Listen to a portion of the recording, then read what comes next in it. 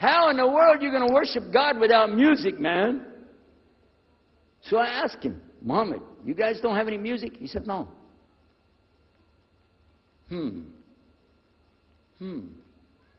Now, I'm in the piano and organ business. I said, how many mosques are there in the world? He said, millions and millions and millions of them. I said, none of them have a piano. He said, no. Any of them have an organ? He said, no. Oh, man, I can get rich. Just introduce some music to these guys, put it in there, you know, bound to be. I said, do the Arabs have any music? He said, oh, Arabs have music. I said, boy, I got it figured out, boy. I can see my next $1 million coming right straight up at me, you know. So then the priest asked again another time, he wanted to go back to the masjid again. He went, this is middle of July, 1991. He went to the masjid with him again. And by the way, this masjid, Sheikh Mohammed Jabali knows it very well, is on Medina Drive in Arlington, Texas. And that's where they were going to, because we were living in Midlothian, just south of Oak Cliff and south of Dallas. So they didn't come back. All night we're waiting. What happened? Very late they came back. And when he came in, I looked. There's Muhammad. I recognized him. Who's the guy with him, though? He's wearing a white jalabiyah, white dress like this. Has a white pillbox cap on his head.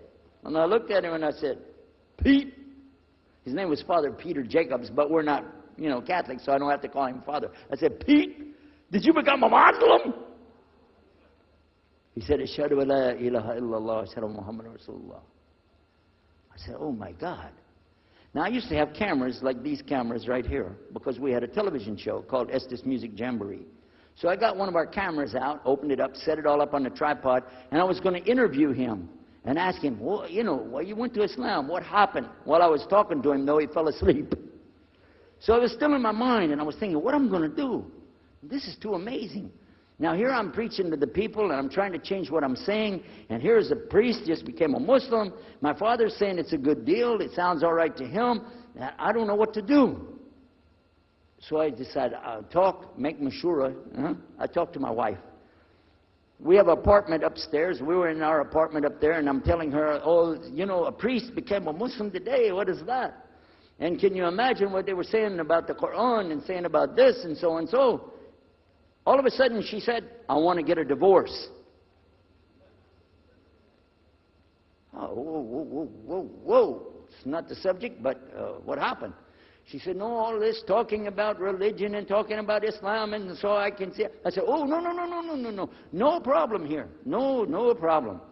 I said, you thought no, I was just observing somebody else. No, I'm not interested. Trust me. I don't want to be with those Muslims. Last thing I want to do is be with a Muslim. No way. Just put your mind at ease.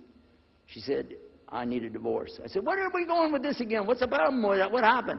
She said, a Muslim can't be married to a Christian. I said, what? No, wait a minute. Hold on. I don't look at me. I'm telling you, I swear I don't want to be a Muslim. Okay? Okay? And even if I did, don't you remember what he said? A Muslim man could be married to a Christian woman. It's not a problem. But I'm not saying I won't do. I'm just saying it's not a problem. She said, that is the problem. A Muslim woman can't be married to a Christian man. I want to be a Muslim, so I need a divorce.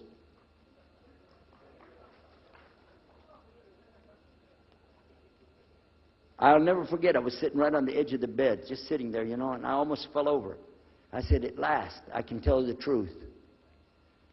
I can say it. I didn't realize that she liked the idea. I was afraid. I said, okay, the good news is, I too want to be a Muslim. You know what she said? I don't believe you. I said, no, really. I was just saying that because, you know, but for sure, just so you know, I want to be a Muslim. I've been thinking about it. I want to be a Muslim. We're both going to be Muslim. Alhamdulillah, it's going to be great. Right? You know what she said? I don't believe you because you're either lying right now or you were lying 5 minutes ago when you said you didn't want to be a Muslim. And either way, I don't want to be married to a liar. So get out.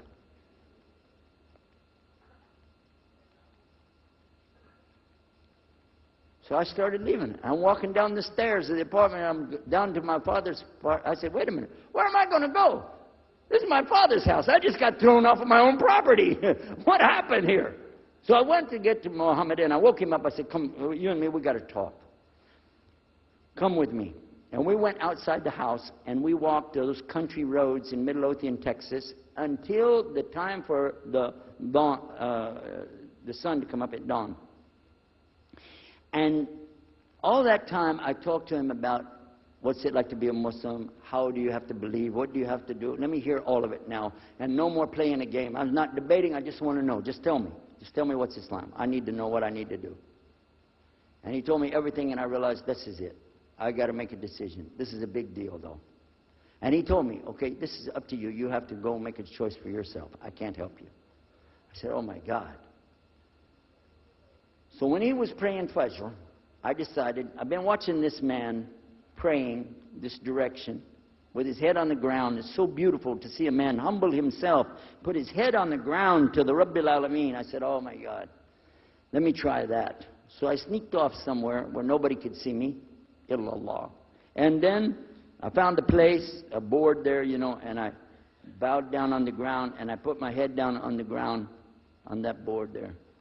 And by the way, I'm pretty good at speaking, especially in prayers. I used to make so long a prayer, they wouldn't let me say the prayer at Thanksgiving because the food would be cold. Okay? So, but I put my head on the ground, and only these words came, no more words, just this. Oh God, guide me. That's it. And I was thinking, well, I got to say more than that. Nothing. Oh God, if you're there, guide me. That's it. After a while, I sat up and I looked around. There wasn't any fancy rainbow. It wasn't birds flying around. There was no big signs from above. There was no music, angels, harps, nothing like this.